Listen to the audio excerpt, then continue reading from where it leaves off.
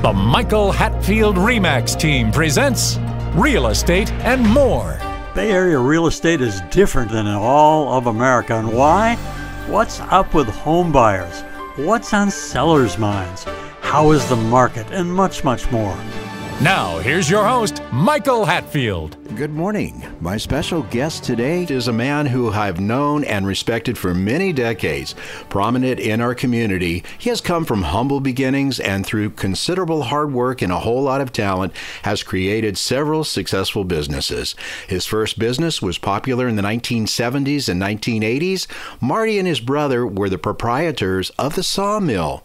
Through investing in commercial real estate, he now holds ownership interest in many well-kept and attractive office buildings, and for moments when he has slack time, he devotes it to his first love, his girls, grandchildren, and oh yes, Arabian horses. Extend a warm welcome to the founder, and some of us still have their furniture, the Sawmill, founder of Sherman Properties and owner of the Sherman Arabian Horse Ranch, my handsome good friend, Marty Sherman. Good morning, Marty. Thank you so much for having me on your show. It's really appreciated. It's my pleasure. Marty, we've been acquainted for an awful long time, a lot of years. And one of my observations with you is that when you greet people, you have this unbelievable way of making that person believe that they're the only person in the world. You listen with interest, with a smile on your face, and I have to tell you, I've observed that, and I actually have copied it a few times, trying to get that talent going too. Would you say that that has contributed to your success over the number of years of business as well as other? Well, first off, thank you so much for the compliment. I just like people. I just like people, and if I'm on the sidewalk and walk by somebody, I smile and say hello. It's just me, because people are the answer to everything. Even if you don't like them, you still smile at them? If I don't like them, I don't walk on that sidewalk. Well, many of us today still have that awesome Sawmill furniture in our homes, that solid oak furniture. And I still have the solid oak Sawmill desk that I bought back in, what was it, the 1980s? It dates me a little bit. How did you ever get started in the furniture business? My dad, my family, my mom and my dad were in the wholesale beauty and barbershop supply business, and it was a dog business. They worked so hard, and somehow when I started working there when I was 17, I just thought, hey, my parents are really something to do this and put up with everything that they put up with slim margins, etc. And my dad passed away early on, and my mom said to me and my brother, boys, don't let this business do to you what it did to your dad. And so it wasn't too long before we changed our direction. So did your whole family work alongside you back then as they do today? I mean, was it towards the later years of the Sawmill when you recognized that, hey, family is so incredibly important, and to be able to work alongside your family, trust what they do, it was just so important? Did you recognize that? And then when you developed the desire to own the commercial buildings, that you transferred that work ethic of your family to buying commercial buildings? Well, when I was very young when my dad passed. I can't remember exactly what it was, but I just had so much respect for my parents because they worked together. My mom took care of the books. My dad would wait on customers, etc.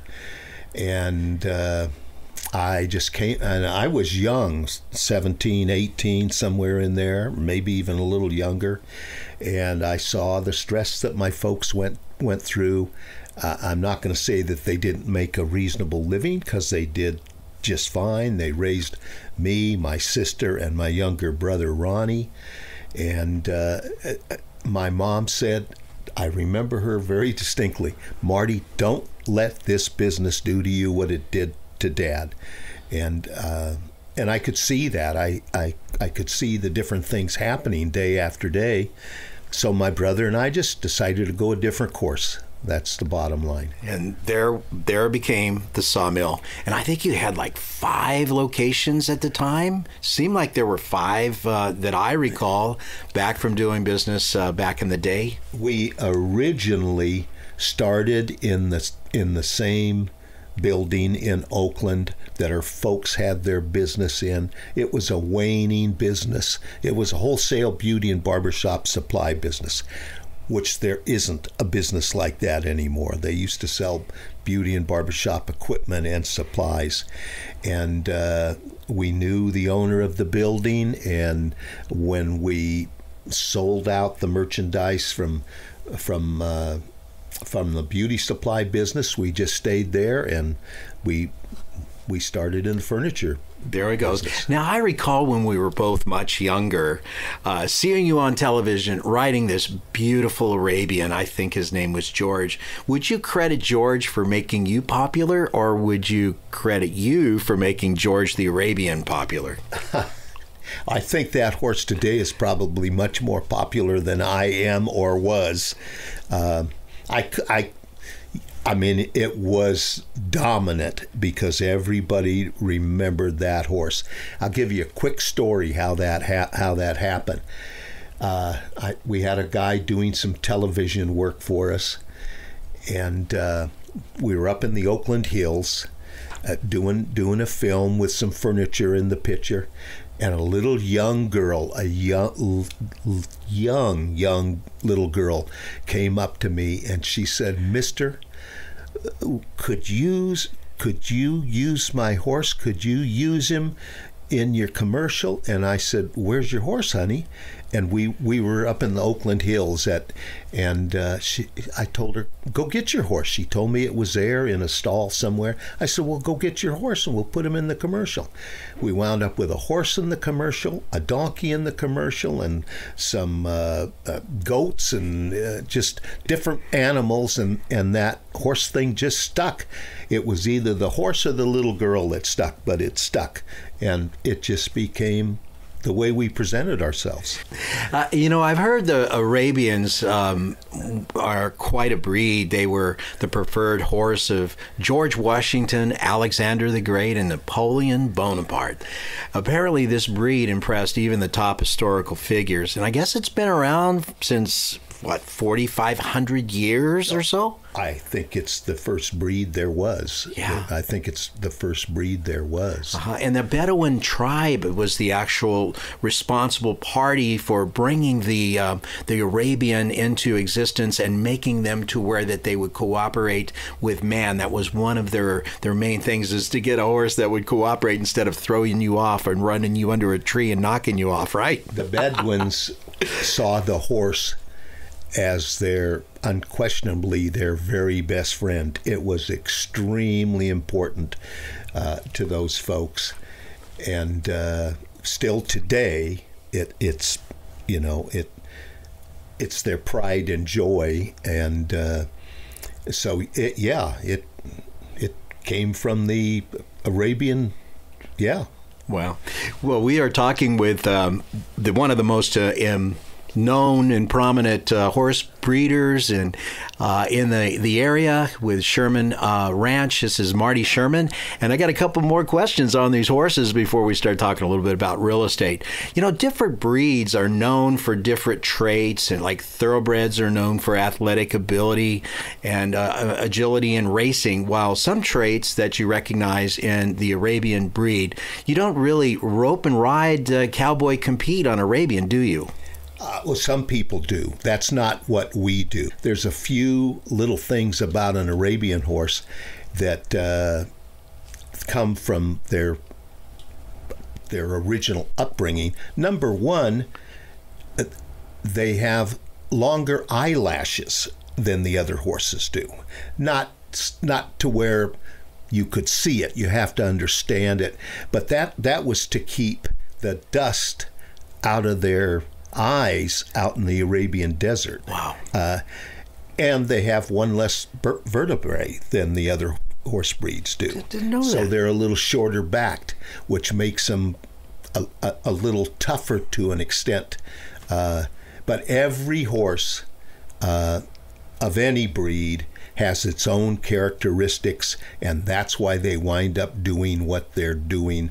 The Arabian horse is predominantly a pleasure horse today, and it's showing in all kinds of different ways, by all kinds of different people. And so what we do may be different than what other people do with the Arabian horse, because you can use them as a cow horse, you can use them as a this or a buggy horse, or anything.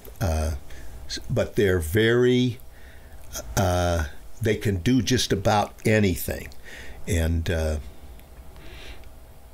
the traits are just amazing. Yeah. They have a different face to them than a thoroughbred or a quarter horse or any other horse that you would see. They just have a very different look to them, and they're just so gorgeous. And I do believe that there's one color, the gray and the white color seems to be the predominant color that most people identify as an Arabian horse. Now, you said something before that was very interesting about all Arabians when they're born, about their color. Well, they're pretty much all of them are born a brown color. Their coat is born as a brown color, and a horse that is going to be gray could be. We have horses right now that are 5 years old and haven't totally grayed out yet. It's something that happens over a period of time. And the significance of color is some people like this, some people like that. The grays are the gray horses are not near as dominant as the bay or the grays or whatever, and they slowly gray out over a period of time. Well, they're sure beautiful. Yeah. Occasionally the Sherman Ranch puts on a coming out of foals, and I remember going to one that you had just coming out of the period of COVID, and there were like thousands of people out there to see these beautiful young horses that were very, very young. They were coming out. It was like a debutante thing for horses. It was incredible, and you had such a nice production. Your family had put that on so beautifully.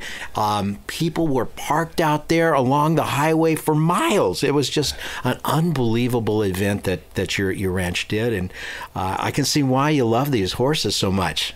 But we would just, first off, I'm not doing the work anymore. I have two great daughters that are, I won't tell you how old they are now. I know. and I have a couple of two grandsons. Actually, I have three daughters, I'm sorry, and a granddaughter, and they're the ones that I'm busy with my other business, and my daughters are running the farm along with my little granddaughter Peyton that just turned 19, and we throw a big party. We have a big lunch available for everybody, and we do a baby shower. We show the young new foals that we've showed them like when they're 3 days old.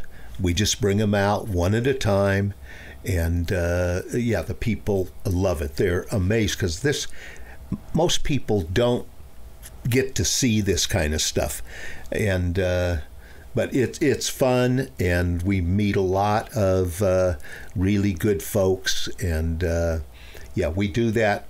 In fact, we're going to do it again this next year. I don't know exactly what the timeline will be. Make sure we know. Yeah. We'd love to show up. Yeah, because my daughters are running the show. I do not take. It's not me that's making things happen anymore in the horse. I love it, and I spend a lot of time with my daughters. I go to the shows. We show all over the country, and my little granddaughter Peyton has she's an exceptional rider, and she's breaking the horses now. We don't send them all out to a trainer. Peyton, she gets those horses going, and sometimes we will send them out after they're up and going to show them. But it's now the girls that are running the show. I gotcha.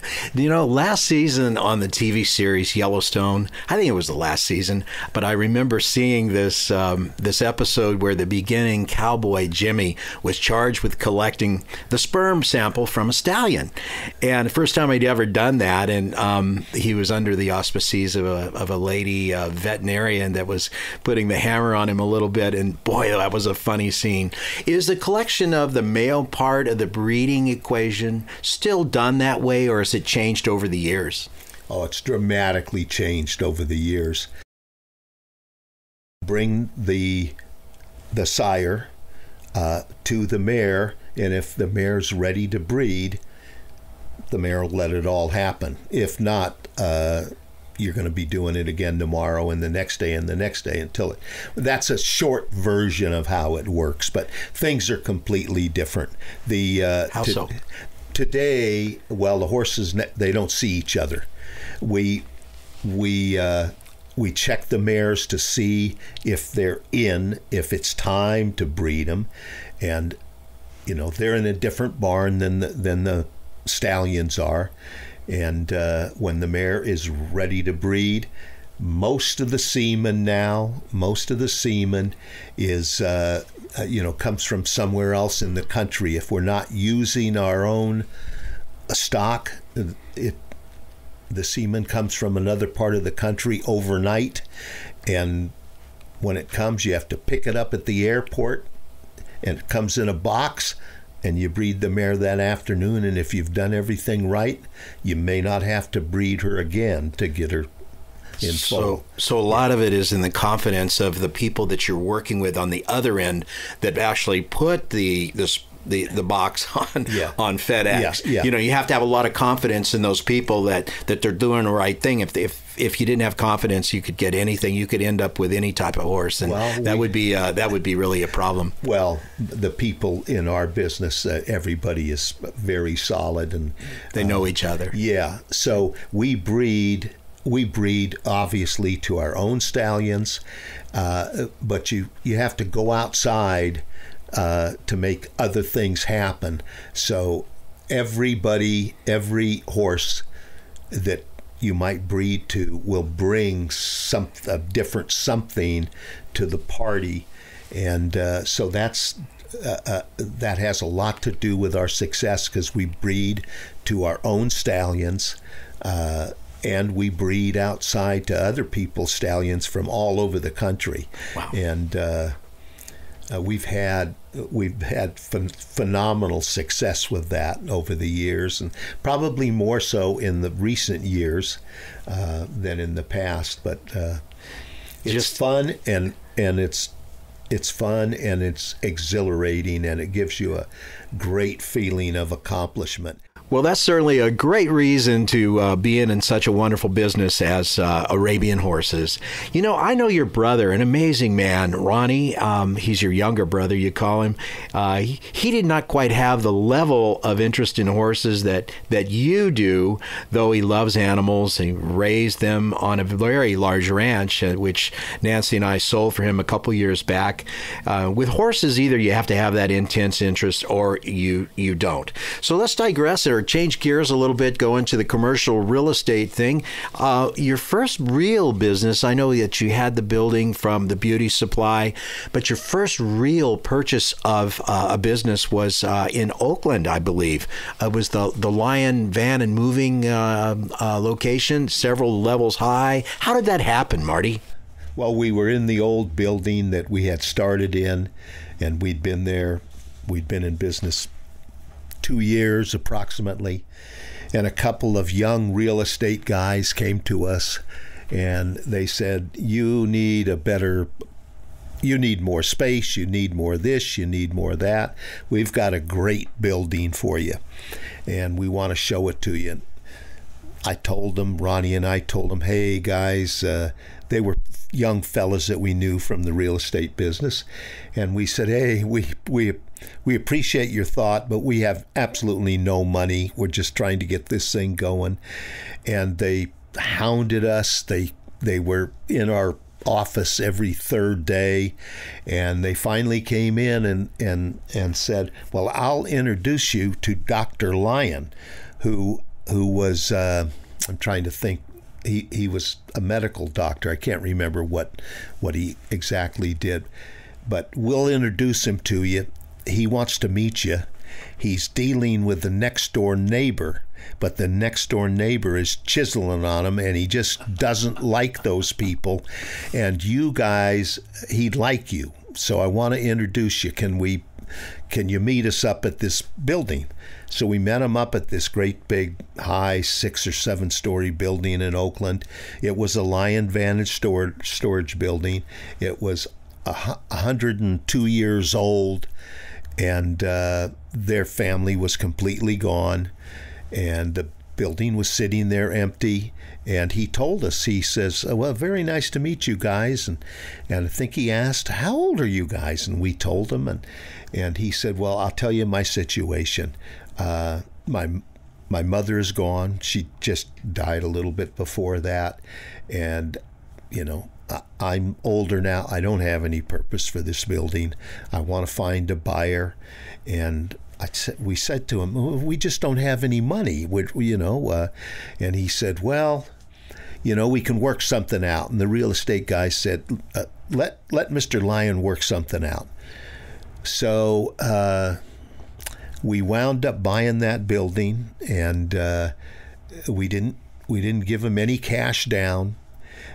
We had to do some remodeling to the building, which we have a lot of friends that came and helped. And so we wound up in this big 6 or 7 story building in Oakland that was right on the freeway. And when we moved up there, maybe 6 months after that, after we had the building in shape, it was an instant success. And that's what started things for us. And from there, we wound up through a whole bunch of different means, getting our hands on a number of properties.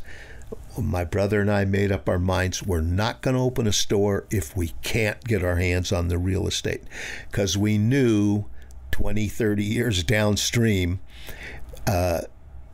that it was really about the real estate, not about the business. Although we had a ball with the business and we loved the customers and we did extremely well, but we wound up with 6 buildings around the Bay Area, and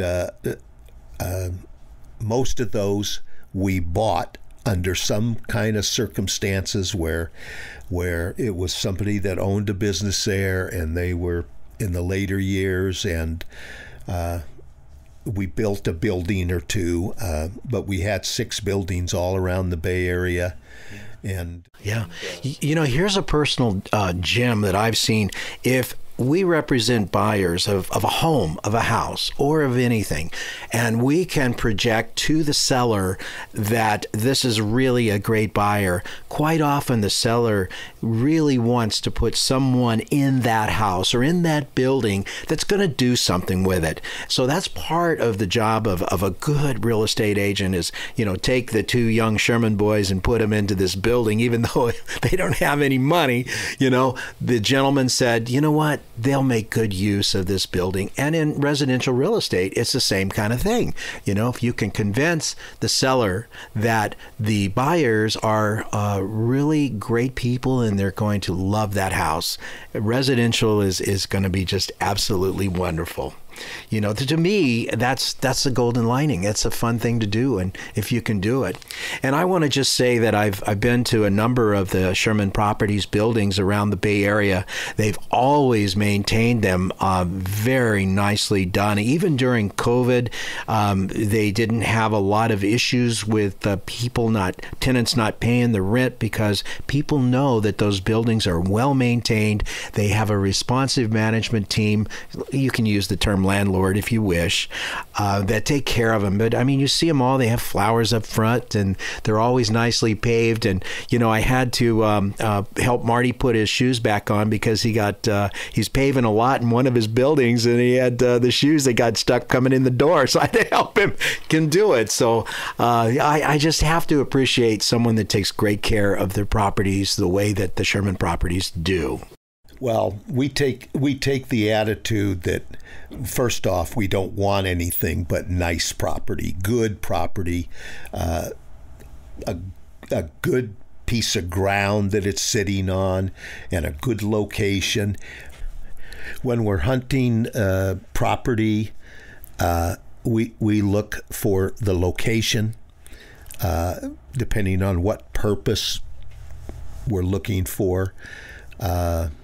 We look for the location. We look for how solid is the property.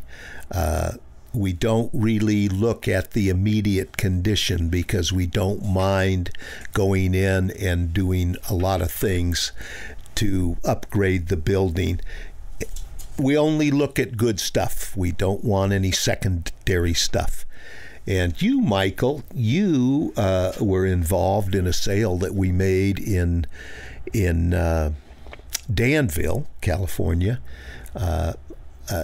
It was once upon a time an old residence. It was very old. We bought that building, and then we brought it back to life. And you're the one that sold it. A great job, I might add. But we just had a great time with that building. We like to take things that are kind of stuck in the mud, and you do such a wonderful job. Marty, I want to thank you so much for being on the show this morning, and it's just been a great morning talking with my good friend Mr. Marty Sherman of Sherman Ranch and Sherman Properties, hearing from a person who has made it from ground zero to success investing in commercial buildings as well as other businesses certainly has given us some important things to consider. If you're interested in leasing, call Ryan at Sherman Properties at 925-788-9698. That's 925-788-9698. And if you're interested in horses, like everyone it seems like, give a call to Jill Sherman at the Sherman Ranch at 925-216-6316. You're listening to Real Estate and More. We'll be right back in a moment with our next special guest. Stay tuned.